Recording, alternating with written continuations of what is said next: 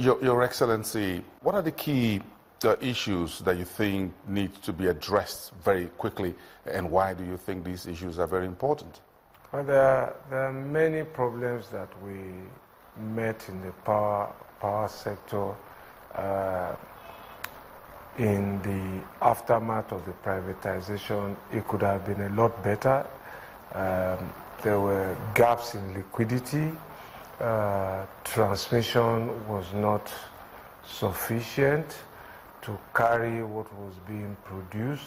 The tariff was not market driven, so it required government subsidies of some sort.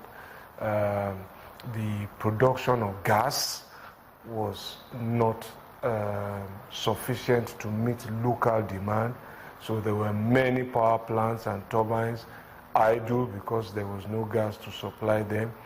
The distribution companies also didn't start with the service delivery levels that the public was expecting. There were no meters. They didn't have the full grasp of the distribution areas that they were in charge of. They also met a lot of old and aging distribution equipment. So there were problems everywhere, and that's what we inherited. Were you challenged by these problems? Well, the challenges are perhaps the reason why I have a job. If there are no challenges, there will be no job to do. So I enjoy the challenges, and challenges every community, every society, every nation, every generation will have its challenges, and those challenges shouldn't define us. It's our capacity to respond, the size of our response, the quality of our response that determines and defines who we really are. Do you think you've understood what the challenges are enough in office to be able to deal with them?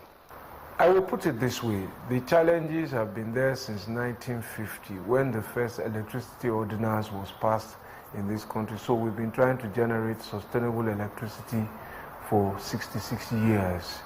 And I've spent about 6.5, 7 months. I've learned a lot, enough to convince me that the problems can be solved.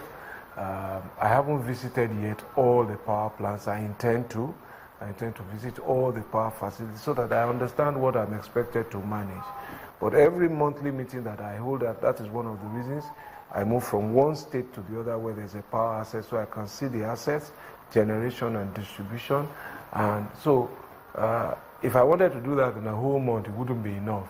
One whole year perhaps wouldn't even be enough.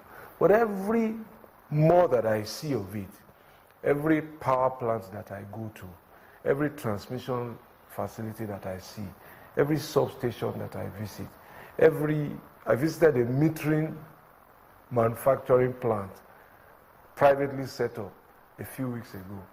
Everything that I see convinces me that it can be done. So that's my answer.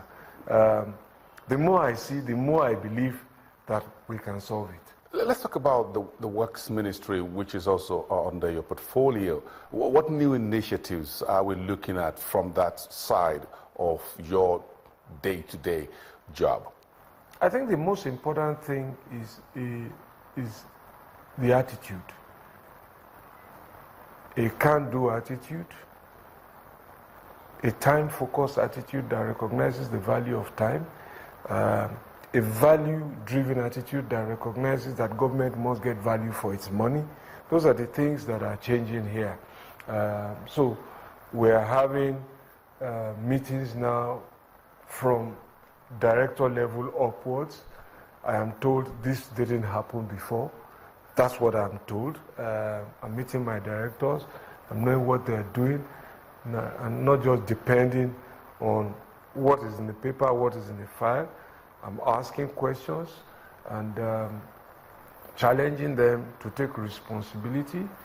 And so that's what has changed. In terms of new projects, there's not a lot of scope for new projects. The budget has arrived very late. We've lost a lot of the dry season. And we had said in any event that the quickest way to go was to finish many of the uncompleted projects. Some have been classified as abandoned. I think projects become abandoned only because you don't pay attention. So what was once abandoned can become a completed project if you focus on how to finish it, provision for it in the budget, and get the contractor back to site. What we see is that many of the contractors haven't been paid for an average of 3 years.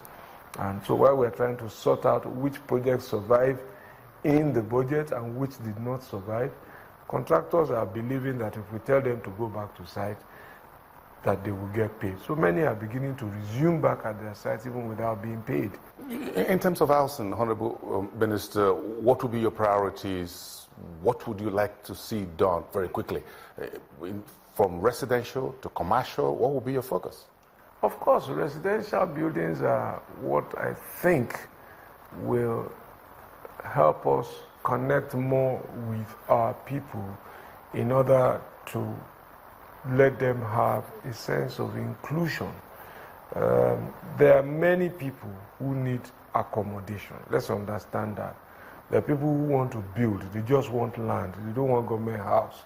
There are people who want duplexes. There are people who want semi-detached and fully detached houses. There are people who just want a flat, a one-bedroom flat or two-bedroom flat. And I think those people are the people that are most at risk. And those are the people that should first concern us.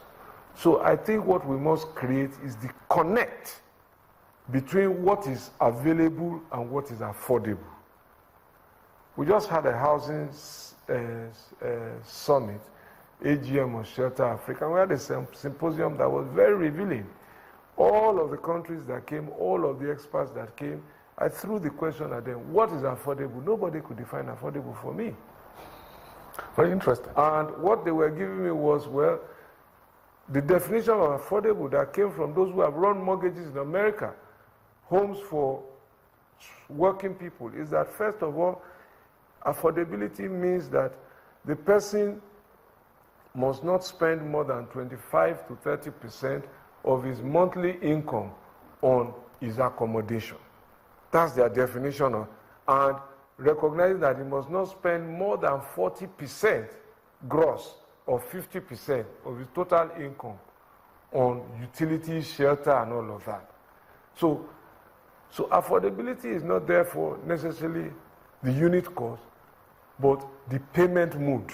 Within what an average Nigerian worker will be able to have savings, yes, care for pensions, care for families, and feeding. Precisely. And we're looking at affordability, not just for, as I've said before, for the civil servant, but we're looking at the civil servant as our guide. And I continue to say that. We're looking at civil servants around level 9 to about level 14, 15. That income bracket is now extrapolated to the private sector. Who are people who earn this kind of money also in the private sector? Taxi drivers, food vendors, masons, tailors, welders, journalists too. So, but they just become a benchmark of the kind of people who fall within those, the cadre that we will be really, really concerned about in the immediate short term. We really appreciate this. Now, in summary, you straddle 3 ministries. What are the key challenges that you see across these 3 ministries that you think you can solve? Well, I think the common challenge in all the 3 is showing results. We're in a results-driven business.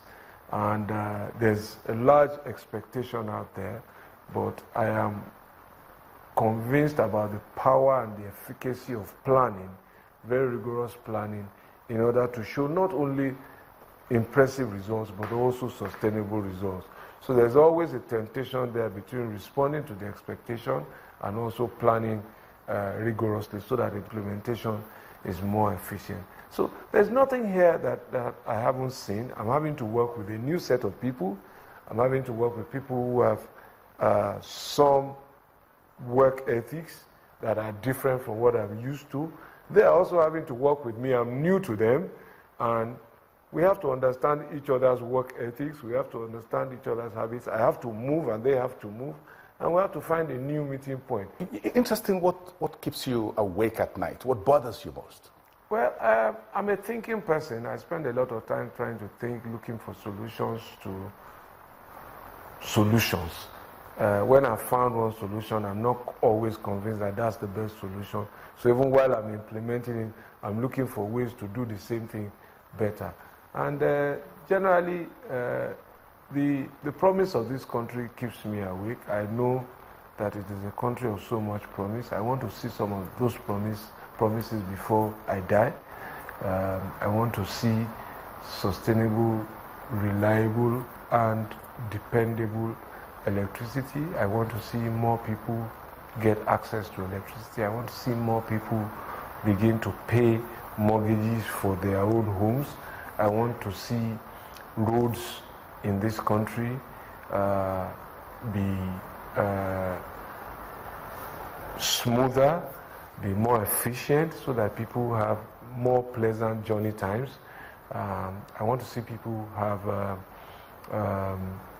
cost-effective travel experience. Nigeria is a very beautiful place. I've traveled some of it, and I wish that I am going to do the best I can to ensure that people see some of what I've seen by ensuring that the roads are better. People can drive from one state to the other. I was in Zamfara State a few days ago, and from Sokoto to Lagos, actually through Sokoto Makera Road, bypassing Kaduna downwards towards Ilorin, Jeba. It's a 7-hour journey to Lagos, but it takes a whole day because sections of the road are bad. These were places you never had opportunity to go while you were the Lagos State Governor. Yeah, now you see more of Nigeria than you did. Yes, so that's why I'm going around by road after road, getting to know what I'm managing. The same way I'm looking at the power facilities, getting to know what I'm managing. So that road, we can reduce the journey time to 7 hours. So instead of flying, you can actually get in your car and drive all the way from south to north of Nigeria. I want to see that happen. A final question, Honorable Minister. A few years ago, I had an opportunity to peek inside your official car, and I saw volumes of book while you were still the governor of Lagos State. At the back of the car where you sit, when I mean volumes with magazines, like a public library. Do you still have time to read? There's always time to read. When you stop reading, you die, really. Because reading is part of learning. One of the things I've had to read up are books about electricity in different jurisdictions. Very quickly, immediately I took this job to inform myself what is going on around the world. What have people done before? So you won't see all of that in videos. I've looked at some videos too. There was this video Power Trip that I ordered. I used to have a copy when I was governor, but the more I spoke to people, the more I realized that they didn't understand what I was saying, that our situation is not hopeless. I've seen countries like Georgia build out of nothing. It's an interesting to have a learning minister. Thank you very much. We appreciate Your Excellency. Thanks for speaking to Channels Television. We appreciate that.